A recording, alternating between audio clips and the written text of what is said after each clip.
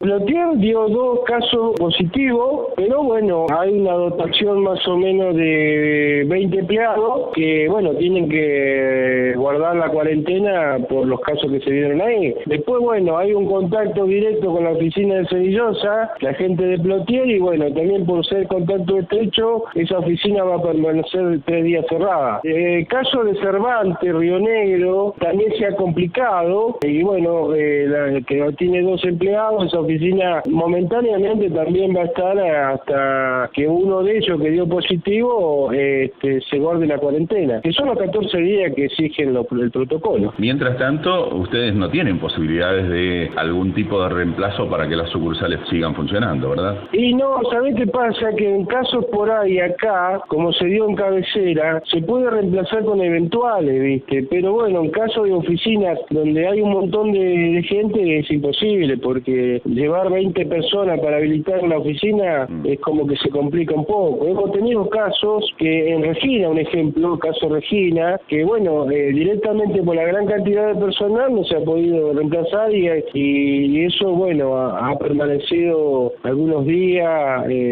cerrada, ¿viste? ¿Qué pasa con el envío a domicilio? ¿Se sigue haciendo o también eso se suspende? En caso de la oficina, el correo trabaja siempre con un servicio en la oficina esta que yo te digo, Plotier, Senillosa, todo el procesamiento se hace acá en Capital, que se le llama CTP o directamente tratamiento postal. Las camionetas salen a esas oficinas, toda la correspondencia queda detenida o retenida directamente acá en el correo central. Por ahí, viste que yo los envío, siempre llevan un sistema de seguimiento, así que por ahí el usuario puede buscar a través de un número del sistema Track and Trace, que es donde le dice dónde está el envío. Bueno. Y por ahí el correo a través de procesar acá, que te digo que es un quilombo porque hoy por hoy es mucho lo que el correo tiene que procesar a través de Mercado Libre. Pero bueno, por ahí tenés la suerte de que justo se te busca tu envío, está acá y se te entrega.